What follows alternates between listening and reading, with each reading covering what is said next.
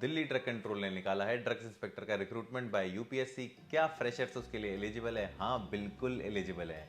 Hello everybody, welcome to my YouTube channel. तो आज हम डिस्कस करने वाले हैं वो रिक्रूटमेंट के बारे में जिसके बारे में काफ़ी सारे फार्मेसी ग्रेजुएट्स काफ़ी लंबे से इंतज़ार कर रहे हैं, और वो रिक्रूटमेंट नोटिस निकाला है हमारी यूनियन टेरिटरी ऑफ दिल्ली ने बाय यूपीएससी। तो ये 26 पोस्टों के लिए ड्रग्स इंस्पेक्टर का रिक्रूटमेंट निकला है bye UPSC on their website. जो लास्ट डेट है इसमें एप्लीकेशन की वो है 27 अक्टूबर। 28 तक आपका लास्ट डेट है उसका प्रिंट आउट लेने का।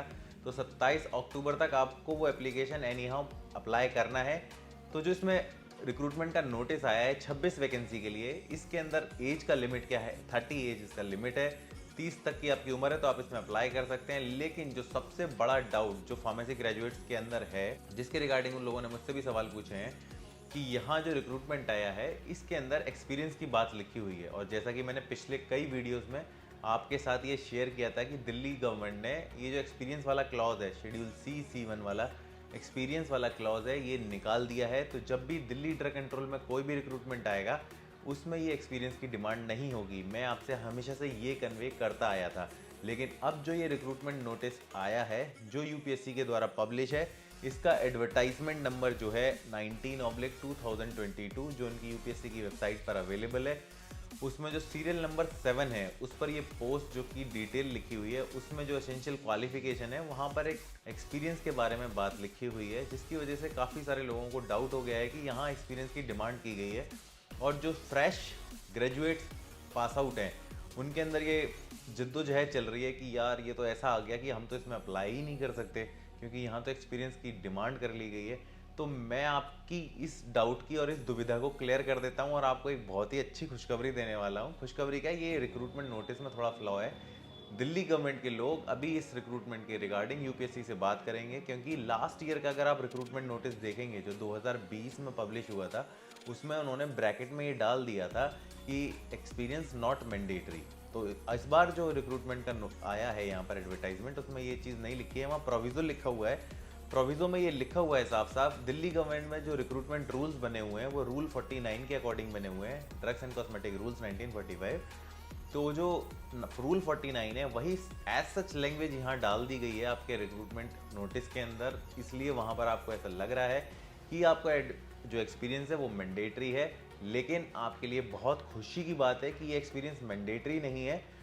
यहाँ अब चीज़ें दो आती हैं कि ये जो एक्सपीरियंस होता है शेड्यूल C1 का, इसका क्या स्पेसिफिक रोल है यहाँ पर। जो यहाँ से इन्होंने जो हमारा एक्ट है वो भी मैंडेट नहीं करता है कि इंस्पेक्टर बनने के लिए आपके पास शेड्यूल C1 का एक्सपीरियंस होना ज़रूरी है, वो भी मैंडेट नहीं करता है। आप अगर नॉर्मल ग्रेजुएट हो, you are eligible to apply for the post of drugs inspector which is being conducted by the UPSC. तो there is no mandate requirement as per the act. As per the act, there is no mandatory requirement to have a schedule C1 experience for 18 months. Okay? तो ये जो recruitment notice आया है इसमें proviso यही लिखा हुआ है कि इसमें मैंडेटरी नहीं है। उसको पढ़ने की इंटरप्रिटेशन काफ़ी सारी निकलती हैं, लेकिन आपको इंटरप्रिटेशन निकालने की ज़रूरत ही नहीं है, क्योंकि यहाँ मैं आपको सरल और साफ शब्दों में क्लियर कर दे रहा हूँ कि यहाँ एक्सपीरियंस मैंडेटरी नहीं है। आप सारे फ्रेश ग्रेजुएट स्टूडेंट इसमें अप्लाई कर सकते हैं, बिल्कुल भी इसके बारे में डाउट मत रखिएगा। मैं आपको थोड़ी सी क्लैरिटी और दे देता हूँ कि क्या होता है। जो स्टेट लाइसेंसिंग अथॉरिटी होती है वो दो तरीके के लाइसेंसेस इशू करती है, शेड्यूल C1 ड्रग्स के लिए और other than schedule C1 drugs के लिए। जो other than schedule C1 drugs के लिए लाइसेंस इशू करती है वो फॉर्म 25 में करती है, और जो C1 का लाइसेंस होता है वो फॉर्म 28 में करती है। तो जो इंस्पेक्टर जिसके पास शेड्यूल C1 का एक्सपीरियंस नहीं था और वो सिलेक्ट होकर अगर उसने ज्वाइन कर लिया है, तो वो सिर्फ फॉर्म 25 वाले ही मैन्युफैक्चरिंग यूनिट का ऑडिट करेगा और उन्हीं के इंस्पेक्शन करने वाला है, क्योंकि उसके पास C1 का एक्सपीरियंस नहीं है। लेकिन कोई इंस्पेक्टर जिसके पास शेड्यूल C1 का एक्सपीरियंस पहले से है और अगर वो ज्वाइनिंग करता है तो वो फॉर्म 25 के भी ऑडिट करेगा, फॉर्म 28 के भी ऑडिट करेगा। वो दोनों ऑडिट करने के लिए एलिजिबल है और वो दोनों ऑडिट में पार्टिसिपेट करेगा और उसके अकॉर्डिंगली दोनों लाइसेंस में ग्रांट करेगा, क्योंकि उसके पास C1 का एक्सपीरियंस है। वो इंस्पेक्टर जिसके पास C1 का एक्सपीरियंस नहीं है, जब वो डिपार्टमेंट ज्वाइन करेगा तो वो एज अ ट्रेनी उस इंस्पेक्टर के साथ या उस सीनियर ऑफिसर के साथ में अलाइन रहेगा जिसके पास C1 का एक्सपीरियंस है।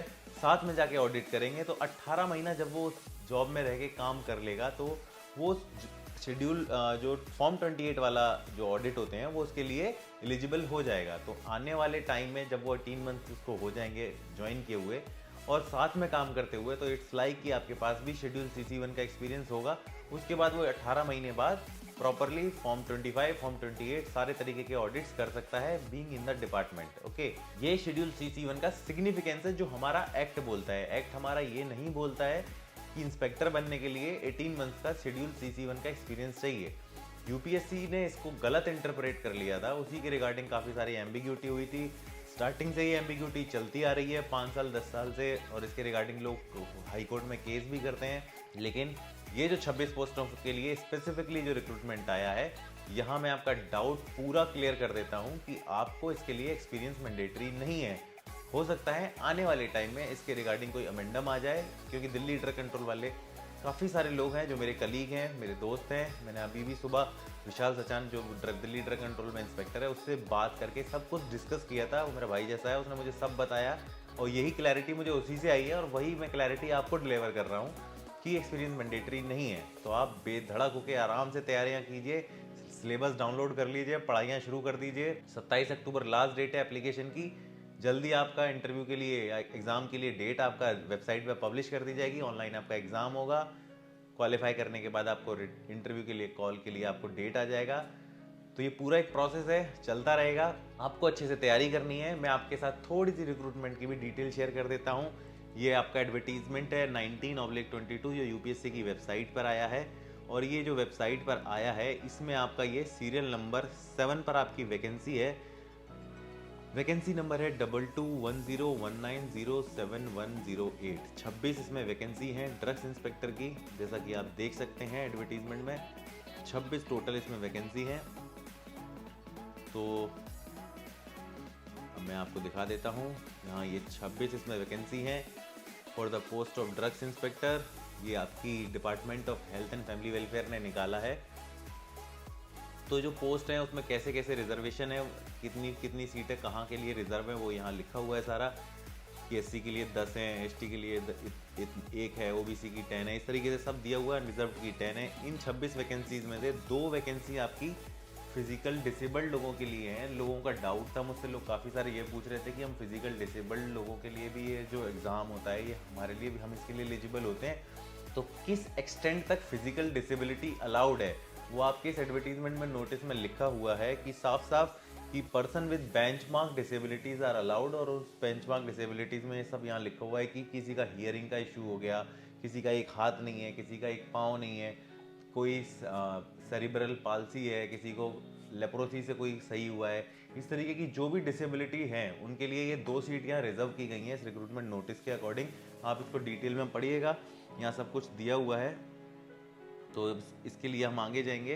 तो यहाँ एसेंशियल क्वालिफिकेशन की आप इससे बात कर लेते हैं। क्वालिफिकेशन में यहाँ साफ साफ लिखा हुआ है कि आपके पास फार्मेसी की डिग्री होनी चाहिए, फार्मास्यूटिकल साइंसेज में डिग्री होनी चाहिए, या मेडिसिन में आपके पास डिग्री होनी चाहिए। आप इस जॉब के लिए अप्लाई कर सकते हैं। लेकिन अगर आपके पास MSc है क्लिनिकल फार्माकोलॉजी में, अगर आपके पास MSc है माइक्रोबायोलॉजी में, तब भी आप अलाउड है इस पोस्ट को अप्लाई करने के लिए। अगर कोई भी MSc और फार्माकोलॉजी का कोई भी मास्टर्स बच्चा देख रहा है इस वीडियो को, तो प्लीज़ इस वीडियो को शेयर कीजिएगा ताकि ज़्यादा से ज़्यादा लोगों तक ये इन्फॉर्मेशन पहुंचे और लोग इस जॉब के लिए अप्लाई कर सकें। तो वो भी अलाउड है इसके लिए अप्लाई करने के लिए, and he is also eligible, तो वो भी अप्लाई कर सकता है। और ये 18 मंथ्स का मैंने आपको क्लियर कर दिया है, कोई मैंडेटरी नहीं है, इसके ऊपर ज़्यादा दिमाग नहीं लगाने का है और कोई भी डाउट नहीं रखने का है, क्योंकि हो सकता है आपको डाउट हो और आप कंफ्यूज हो जाओ उस चीज़ के लेके कि हाँ ये एक्सपीरियंस मैंडेटरी है, काफ़ी सारा कुछ लिखा है, ये प्रोविजो लिखे हुए हैं, इनको आप इग्नोर कर देना, कुछ पढ़ने की ज़रूरत नहीं है। आप एप्लीकेशन अप्लाई कीजिए, जहाँ एक्सपीरियंस की बात है वहाँ पर सिलेक्ट कर दीजिएगा आपके पास नहीं है एक्सपीरियंस, ठीक है ना, तब भी आप एलिजिबल हैं, आप एग्ज़ाम दीजिएगा, कोई दिक्कत वाली बात नहीं है।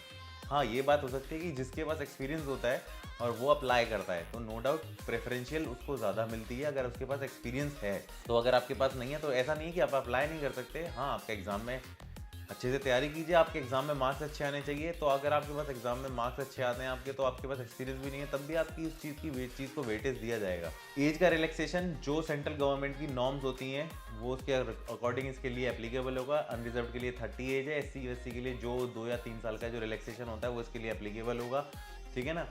ड्यूटीज़ आपको पता ही है, यहाँ जो मेरा काम है जैसे मैं आपसे शेयर करता रहता हूँ, आपको सैंपल उठाना है, आपको लाइसेंसेस देने हैं, आपको ऑडिट्स करने हैं, इंस्पेक्शन करने हैं, रेड्स करनी है, कोर्ट केसेस करने हैं, ये सारा जो प्रोसेस होता है आपका, ये आपकी ड्यूटीज़ में आता है। फर्दर हम आगे बढ़ेंगे। साफ साफ यहाँ लिखा हुआ है कि आपकी जो लास्ट डेट है आपकी, वो लास्ट डेट है आपकी 27 अक्टूबर 2020। 27 अक्टूबर इसकी लास्ट डेट है आपके पास।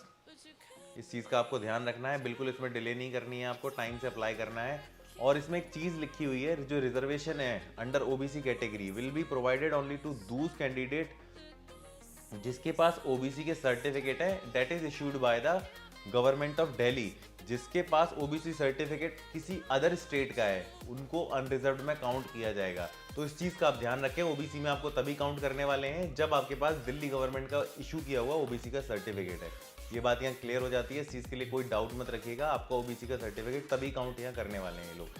एडवर्टीजमेंट में साफ साफ लिखी हुई है 27 October is the last date. So this video is specially just to clear your doubt कि ये जो एक्सपीरियंस का इशू है शेड्यूल C1 वाला, इज इट मैंडेटरी और not. I have already clear कि this experience is not mandatory. Anyone who is recently qualified their B pharm, he and she can apply in this post. There is no need to worry about कि you don't have an experience or not, you can freely apply, just focus on your studies। syllabus आपको पता ही है, मेहनत कीजिए अच्छे से। any doubt, any further comment, आप video पे कमेंट कीजिए। if you have any other aspect, अगर आप कुछ और इन्फॉर्मेशन जानना चाहते हैं कि हाँ मुझे ये भी जानना है, you need more information about anything, you just please ask in the comment, I'll try to deliver this information as well।